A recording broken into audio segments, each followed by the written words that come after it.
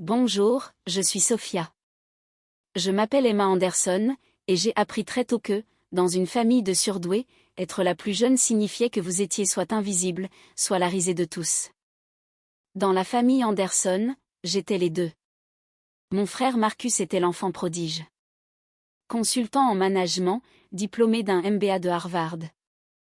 Le genre de personne qui portait des costumes sur mesure au dîner de famille, et qui parlait d'opportunités synergiques en passant la purée de pommes de terre. Il avait bâti le Anderson Consulting Group à partir de rien. Du moins, c'est ce que racontait la légende familiale.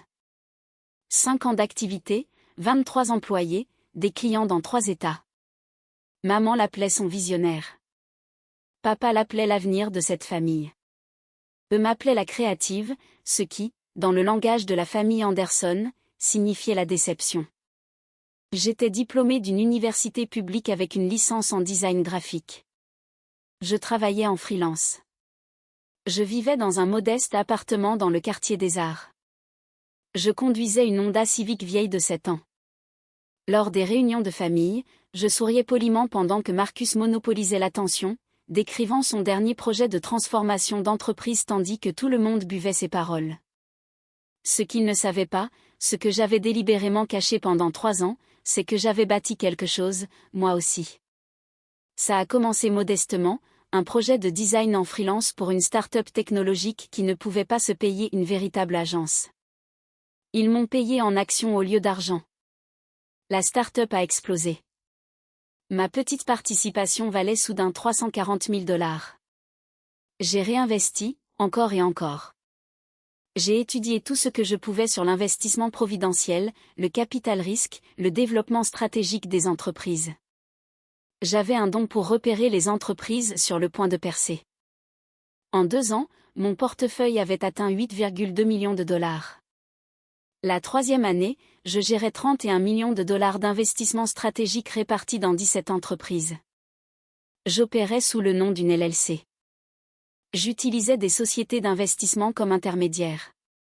Je n'assistais jamais en personne aux réunions du conseil d'administration, toujours par liaison vidéo sécurisée. Je gardais mon nom hors des communiqués de presse et des annonces d'entreprise. Pour ma famille, j'étais toujours Emma, la freelance qui galère et fait de petits projets de design. L'ironie, c'est que l'un de mes plus gros investissements était dans le cabinet de conseil de Marcus.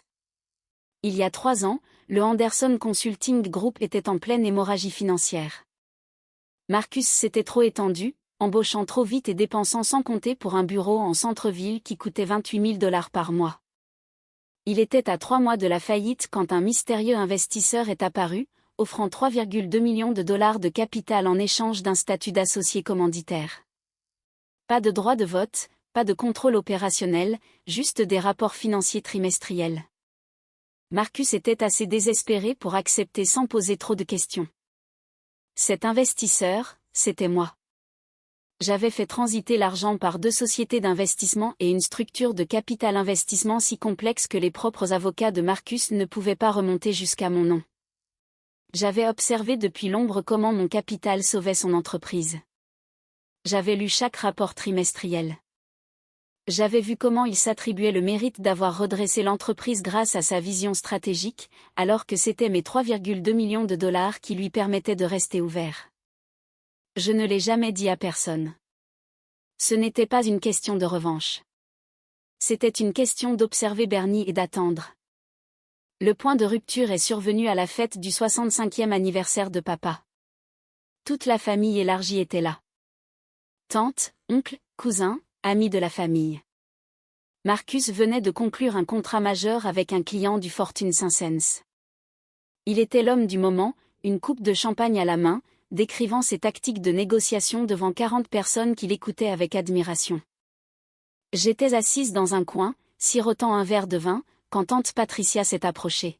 « Emma, ma chérie », dit-elle avec ce ton de pitié si particulier qui me faisait serrer la mâchoire.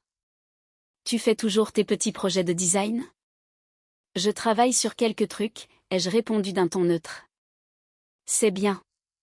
Tu sais, l'entreprise de Marcus marche si bien. Peut-être qu'il pourrait te donner un peu de travail.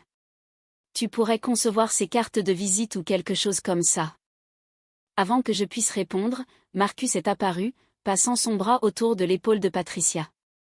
En fait, tante Pat, je voulais justement en parler à Emma. Il m'a regardé avec une inquiétude exagérée. J'ai entendu dire que tu racontais aux gens que tu étais une investisseuse maintenant. Les conversations voisines se sont tues. Je fais quelques investissements, ai-je dit prudemment.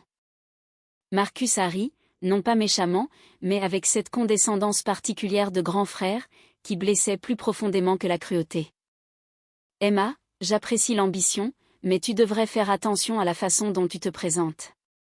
Ça pourrait nuire à la réputation de la famille. Les gens connaissent le nom Anderson grâce au travail que j'ai accompli. Quand tu te balades en te disant investisseuse avec il a fait un geste vague, tes revenus de freelance, ça nous rend tous moins crédibles. Tante Patricia a hoché la tête avec sympathie. Il veille juste sur toi, ma chérie. Je comprends, ai-je dit doucement. Bien. Marcus m'a serré l'épaule. Je dis ça parce que je tiens à toi. Le monde des affaires est sérieux. Tu ne peux pas juste faire semblant et t'attendre à ce que les gens te prennent au sérieux. Contente-toi de ton travail de design. Laisse le monde de l'investissement à ceux qui le comprennent vraiment. J'ai souri poliment et je me suis éclipsée. 2 semaines plus tard, j'ai reçu la plainte. Marcus me poursuivait pour diffamation et fausse déclaration, affirmant que je m'étais faussement présentée comme une investisseuse prospère et que mon comportement trompeur nuisait à la réputation commerciale de la famille Anderson. Il réclamait $500 000 de dommages et intérêts et une ordonnance du tribunal m'interdisant de me décrire comme une investisseuse dans tout contexte public.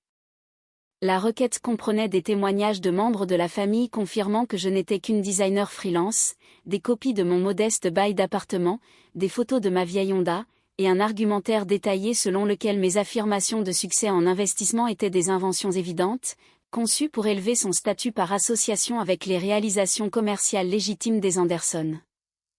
Ma mère a appelé, Emma, ma chérie, Marcus essaie juste de protéger la famille. Si tu admets simplement que tu as exagéré et que tu t'excuses, je suis sûre qu'il abandonnera tout ça. Mon père a été plus direct. C'est embarrassant, Emma. Arrête ces bêtises avant que ça n'aille au tribunal. J'ai engagé la meilleure avocate spécialisée en contentieux de l'État. Elle s'appelait Catherine Price, et elle était spécialisée dans les affaires de diffamation commerciale. Quand je lui ai expliqué ma véritable situation financière, avec tous les documents à l'appui, ses yeux se sont écarquillés. Mademoiselle Anderson, dit-elle prudemment. Vous comprenez que votre frère vous poursuit en justice tout en étant substantiellement financé par votre investissement? J'en suis consciente, ai-je répondu. Et vous voulez révéler cela au tribunal? Je veux répondre à sa plainte de manière appropriée, quoi que cela exige. Catherine a souri. Ce n'était pas un sourire aimable. Alors, donnons-lui la vérité qu'il réclame. Le jour de l'audience, la salle du tribunal était comble. Marcus s'en était assuré. Il avait invité des amis de la famille, des associés, et même certains clients de son cabinet de conseil. Il voulait des témoins de mon humiliation. Il voulait que tout le monde voie l'embarras de la famille être remis à sa place. J'étais assise à la table de la défense dans un simple tailleur gris, mon avocate à mes côtés, un seul dossier devant moi. De l'autre côté de l'allée, Marcus était assis avec son équipe juridique, 3 avocats d'un cabinet du centre-ville qui facturaient $600 de l'heure. Il avait l'air confiant, détendu, souriant de temps en temps aux gens dans la galerie. Maman et papa étaient assis au premier rang derrière Marcus, et Patricia était là. Oncle James, mon cousin Bradley, qui travaillait pour l'entreprise de Marcus. La moitié de la salle était là pour soutenir l'enfant prodige. L'autre moitié était là pour me voir échouer. Le juge Raymond Martinez a appelé la cour à l'ordre. C'était un homme à l'air sévère, dans la fin de la cinquantaine, connu pour diriger une salle d'audience efficace et avoir peu de patience pour les affaires futiles. L'avocat principal de Marcus, Robert Hutchinson, s'est levé le premier.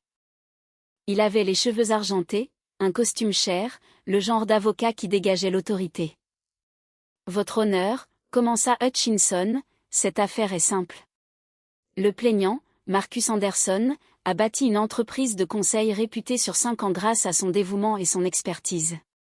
Sa sœur, la défenderesse Emma Anderson, s'est délibérément présentée de manière fallacieuse comme une investisseuse prospère, créant la confusion dans leurs cercles sociaux et professionnels communs. Ce comportement frauduleux nuit à la réputation durement gagnée de M. Anderson et crée une responsabilité pour son entreprise.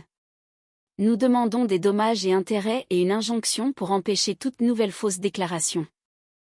Le juge a hoché la tête. Mademoiselle Anderson prétend être une investisseuse. Oui, votre honneur. Malgré les preuves montrant qu'elle n'est qu'une graphiste freelance avec des revenus modestes, vivant dans un appartement à loyer modéré. Je vois. Est-ce que la défenderesse investit réellement de l'argent dans quoi que ce soit? Elle a peut-être un petit compte de retraite, votre honneur, mais se décrire comme une investisseuse dans le même souffle que le nom de la famille Anderson, connue pour son succès commercial légitime, crée une association frauduleuse. Le juge Martinez m'a regardé. Mademoiselle Anderson, vous présentez-vous comme une investisseuse? Je me suis levée. Oui, votre honneur. Je suis une investisseuse. Marcus a eu un sourire narquois. Plusieurs personnes dans la galerie ont bougé, mal à l'aise. Pourriez-vous être plus précise sur la nature de vos investissements? A demandé le juge. Catherine s'est levée avec aisance. Votre honneur, si je peux me permettre, nous préférerions aborder ce point par des preuves plutôt que par un témoignage. À ce stade, le plaignant a fait des allégations spécifiques sur le comportement frauduleux de ma cliente. Nous avons des documents qui contredisent directement chacune de ces allégations. Très bien, maître Hutchinson, présentez votre dossier. Ce qui a suivi, ce sont 2 heures pendant lesquelles l'avocat de Marcus a construit un récit de ma prétendue supercherie. Ils ont appelé des témoins qui ont affirmé que je n'avais jamais mentionné avoir beaucoup d'argent. Ils ont montré des photos de mon appartement, de ma voiture, de mon style de vie modeste. Ils ont présenté mes déclarations de revenus d'il y a 3 ans, avant que mes investissements ne décollent, montrant des revenus de freelance de 43 000 $.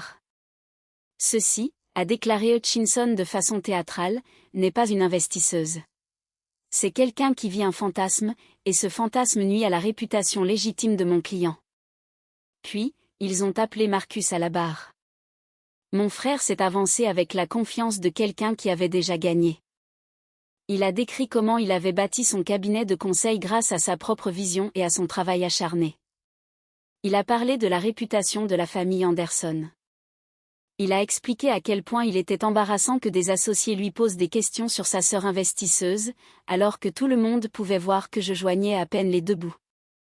Elle nuit à la réputation de notre famille avec ses mensonges, a témoigné Marcus de façon dramatique, en regardant directement le juge. Je ne fais pas ça pour être cruel. Je le fais pour protéger ce que j'ai bâti, pour protéger le nom de notre famille. Elle doit arrêter de faire semblant et accepter la réalité. La salle comble a hoché la tête en signe d'approbation. Maman s'est essuyé les yeux. Papa avait l'air sévère et déçu, me fixant du regard. Je n'ai rien dit. J'ai ouvert mon téléphone sous la table et j'ai rédigé un email à mon gestionnaire de patrimoine. Mettez en copie mon avocat en investissement. Retirez tous les fonds du Anderson Consulting Group avec effet immédiat. Lancez la procédure de retrait des fonds conformément à la section 7.3 de l'accord de partenariat. Délai, 48 heures. J'ai appuyé sur envoyer. Le téléphone de Marcus, posé sur la table du plaignant, a commencé à biper avec des notifications. Puis encore et encore. Il y a jeté un coup d'œil, a froncé légèrement les sourcils, mais a continué son témoignage. J'ai essayé de l'aider, votre honneur. Je lui ai offert du travail. Je lui ai donné des conseils, mais elle refuse d'accepter ses limites. Son téléphone a sonné. Il s'est arrêté en pleine phrase, irrité. Son avocat principal l'a mis en sourdine. Il a sonné à nouveau immédiatement. Le juge Martinez a froncé les sourcils. Monsieur Anderson, veuillez mettre votre appareil en silencieux. Oui, votre honneur, je m'excuse. Il a sonné une 3e fois. Puis une notification de SMS a retenti. Puis une autre. Hutchinson s'est levé. Votre honneur, pourrions-nous avoir une brève suspension? Il semble y avoir une urgence. Nous venons à peine de commencer, maître. Monsieur Anderson pourra vérifier ces messages pendant notre pause prévue. Continuez votre témoignage, monsieur Anderson. Marcus avait l'air secoué maintenant, son assurance se fissurant. Bien sûr, votre honneur. Comme je le disais, le comportement de ma sœur, le téléphone de son avocat a sonné. Puis celui de son deuxième avocat. En 60 secondes, les téléphones de ces 3 avocats vibraient simultanément. La patience du juge s'est évaporée. Que se passe-t-il? Hutchinson a vérifié son téléphone. Son visage est devenu blême. Il a montré l'écran à ses collègues. Les 3 avocats se sont tournés pour regarder Marcus, dont le propre téléphone sonnait maintenant sans interruption. Votre honneur, dit Hutchinson prudemment. Je dois demander une suspension immédiate pour consulter mon client. Refusé. Que se passe-t-il? Marcus a attrapé son téléphone. Il a lu l'écran. J'ai vu la couleur quitter son visage. Il a fait défiler frénétiquement, sa main tremblante. Puis il a levé les yeux, non pas vers le juge, mais directement vers moi. Pour la première fois de notre vie, j'ai vu de la peur dans les yeux de mon frère. Votre honneur, intervint Catherine avec aisance, si je peux me permettre de répondre à la question de la Cour. Je crois que monsieur Anderson est en train de recevoir la notification que l'investisseur principal de son cabinet de conseil retire ses 3,2 millions de dollars de capital, avec effet immédiat. La salle d'audience a éclaté. Le juge Martinez a frappé avec son marteau. Silence. Mademoiselle Price, comment seriez-vous au courant du financement de l'entreprise de monsieur Anderson? Parce que ma cliente est cet investisseur, votre honneur. Silence. Un silence complet, absolu. Marcus était debout à la barre des témoins, agrippant la rambarde. C'est impossible. Catherine a ouvert notre dossier. Votre honneur, je voudrais verser au dossier l'accord de partenariat complet entre le Anderson Consulting Group et Clearwater Investment Holdings, LLC, daté d'il y a 3 ans. Cet accord a fourni 3,2 millions de dollars de capital d'urgence lorsque l'entreprise de monsieur Anderson était à 3 mois de la faillite. Elle a remis des copies à l'huissier qui les a distribuées au juge et à la partie adverse. Vous remarquerez, a poursuivi Catherine, que Clearwater Investment Holdings est une structure de capital investissement entièrement détenue par ma cliente, Emma Anderson. Vous noterez également la section 7.3, qui permet à l'investisseur de retirer tout le capital avec un préavis de 48 heures dans des circonstances spécifiques, y compris une action en justice intentée par l'entreprise bénéficiaire ou ses dirigeants contre l'investisseur. Le juge Martinez lisait l'accord, son expression passant de la confusion à la surprise, puis à quelque chose qui aurait pu être de l'amusement. Mademoiselle Anderson, vous financez l'entreprise de votre frère depuis 3 ans? Je me suis levée. Oui, votre honneur, et il ne le savait pas. L'accord spécifiait un statut d'associé commanditaire. Il savait qu'il avait un investisseur. Il ne connaissait pas l'identité de l'investisseur. L'avocat principal de Marcus lisait frénétiquement l'accord. Votre honneur, même si c'est légitime, cela ne règle pas la question de la diffamation. En fait, l'interrompit Catherine avec douceur, cela répond directement à chaque allégation de la plainte. Monsieur Anderson prétend que ma cliente se présente frauduleusement comme une investisseuse. Les preuves montrent qu'elle a investi 3,2 millions de dollars rien que dans son entreprise. Nous avons des documents supplémentaires montrant l'intégralité de son portefeuille d'investissement si nécessaire. De combien? A demandé le juge. J'ai croisé son regard. La valeur actuelle de mon portefeuille est de 31,4 millions de dollars, votre honneur. 17 entreprises, des rendements annuels moyens de 34% sur 3 ans. La salle d'audience a de nouveau explosé. Marcus s'est assis lourdement dans le box des témoins, le visage cendré. La main de maman s'est portée à sa bouche. Papa s'est contenté de regarder fixement. Maître Hutchinson, dit sèchement le juge Martinez. Votre client poursuit son propre investisseur principal pour fausse déclaration. Pendant que cet investisseur maintenait son entreprise à flot. Hutchinson avait l'air de vouloir disparaître. Votre honneur, nous n'étions pas au courant. C'est tout à fait évident. Mademoiselle Price, avez-vous les documents pour étayer ces affirmations sur le portefeuille? Oui, votre honneur. Catherine a sorti un second dossier. Celui-ci était nettement plus épais.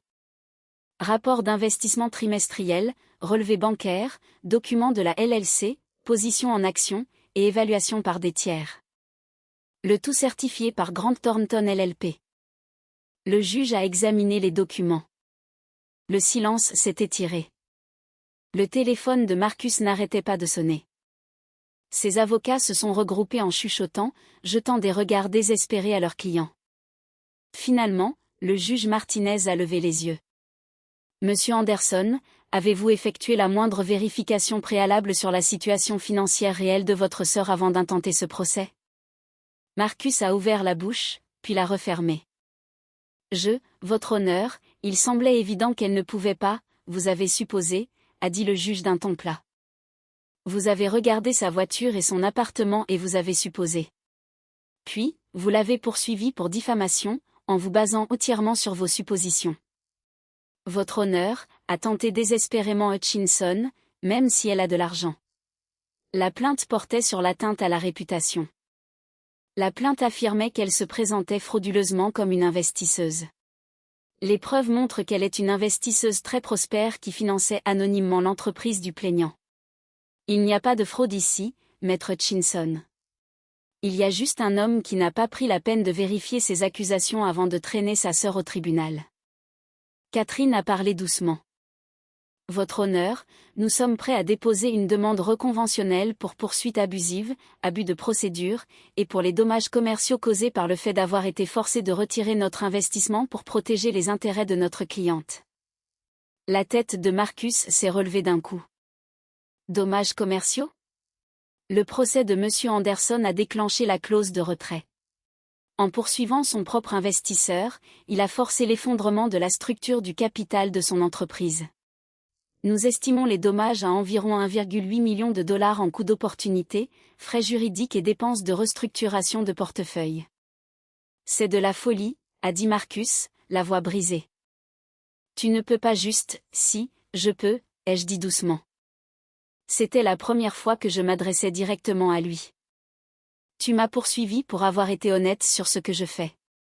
L'accord de partenariat a une clause spécifique pour ce scénario. Tu n'as juste jamais pris la peine de le lire attentivement. Hutchinson lisait maintenant l'accord à toute vitesse. Il a trouvé la section 7.3. Ses épaules se sont affaissées. Votre honneur, nous demandons une brève suspension pour discuter des options de règlement avec notre client. Accordé, 30 minutes. Le juge Martinez m'a regardé. Mademoiselle Anderson, je suppose que vous êtes disposée à discuter des termes. Cela dépend de ce que mon frère est prêt à reconnaître, votre honneur. Marcus m'a fixé depuis le box des témoins. Dans ses yeux, j'ai vu le moment exact où il a réalisé ce qu'il avait fait. Pas seulement le procès, pas seulement le désastre financier, mais 32 ans à mépriser sa sœur sans jamais considérer qu'elle pourrait être plus que ce que ses suppositions lui permettaient de voir. La séance est suspendue, a annoncé le juge. Dans le couloir, Marcus s'est approché de moi pendant que nos avocats négociaient dans une salle de conférence. Le consultant confiant en costume avait disparu. Il avait l'air épuisé, vaincu, sa cravate coûteuse desserrée. Pourquoi, a-t-il demandé. Pourquoi ne nous as-tu rien dit? M'aurais-tu cru? Il n'a pas eu de réponse. Il y a 3 ans, tu étais désespéré, ai-je continué. Tu es venu au dîner du dimanche et tu avais l'air terrifié. Tu n'as rien dit, mais je pouvais le voir. Ton entreprise était en train de mourir, alors j'ai aidé, anonymement, parce que je savais que si tu découvrais que c'était moi, tu ne l'accepterais jamais. 3,2 millions de dollars, a dit Marcus d'une voix rauque. Tu as sauvé mon entreprise. J'ai investi dans ton entreprise. Il y a une différence. Je t'ai traité de fraudeuse devant tout le monde. Tu l'as fait. Emma, il a passé la main dans ses cheveux. Je ne sais même pas quoi dire. Je suis tellement désolé. Je vais retirer la plainte. Je paierai tes frais de justice, tout ce que tu veux. Ce que je veux, ai-je dit prudemment, c'est que tu comprennes quelque chose. Je n'ai pas caché mon succès pour te piéger. Je l'ai caché parce que je voulais construire quelque chose de réel, sans le jugement de la famille, sans être l'enfant prodige ou la déception. Juste moi, construisant quelque chose qui comptait. Tu as construit quelque chose d'incroyable, a dit Marcus doucement. Et j'étais tellement occupée à être l'histoire à succès que je ne l'ai jamais vue. Catherine est sortie de la salle de conférence. Emma, ils offrent un abandon complet des poursuites avec préjudice, des excuses publiques et la prise en charge de tous les frais juridiques. J'ai regardé mon frère. Je veux une chose de plus. N'importe quoi, a dit Marcus.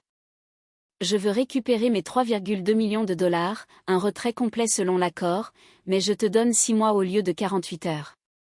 Si tu acceptes de lire vraiment tes rapports d'investissement trimestriels à partir de maintenant, et de reconnaître qui sont tes investisseurs, je resterai investi.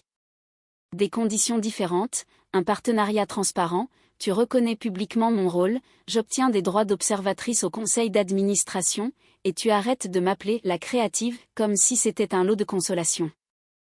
Marcus a hoché la tête, les larmes aux yeux. Marché conclu, Emma. Je suis vraiment, je sais. Mais Marcus, je ne fais pas ça pour te sauver. Je le fais parce que le Anderson Consulting Group est un bon investissement. Ne confonds pas les deux. Nous sommes retournés au tribunal. Le règlement a été consigné au procès-verbal. Le juge Martinez a accepté les termes, puis a regardé Marcus avec une désapprobation évidente. Monsieur Anderson, je rejette cette affaire, mais je veux être clair. Vous avez fait perdre du temps et des ressources à ce tribunal pour une affaire que vous n'auriez jamais dû intenter. Vous avez fait des suppositions, utilisé le système juridique comme une arme contre votre propre famille, et cela s'est retourné contre vous de façon spectaculaire. Si je vois une autre affaire aussi mal documentée dans ma salle d'audience, il y aura des sanctions. Compris? Oui, votre honneur. Mademoiselle Anderson, a dit le juge, son ton s'adoucissant légèrement. Merci pour votre patience au cours de cette procédure, et félicitations pour votre succès en matière d'investissement. Ne laissez plus jamais personne vous faire cacher cela. Merci, votre honneur. La séance était levée. Dans le hall d'entrée par la suite, ma famille attendait. Maman s'est approchée timidement. Emma, ma chérie, nous n'avions aucune idée. Je sais. Pourquoi ne nous as-tu rien dit, a demandé papa, sincèrement confus. Parce qu'à chaque fois que j'accomplissais quelque chose, vous supposiez que c'était insignifiant. À chaque fois que j'essayais de partager, quelqu'un changeait de sujet pour parler du dernier contrat de Marcus. Alors, j'ai arrêté de partager. Tante Patricia, qui avait suggéré que Marcus me donne du travail pour ses cartes de visite, avait l'air mortifiée. Emma, je suis tellement désolée. Je pensais juste que, vous pensiez que j'échouais parce que je ne réussissais pas de la manière que vous reconnaissiez, ai-je dit, sans méchanceté.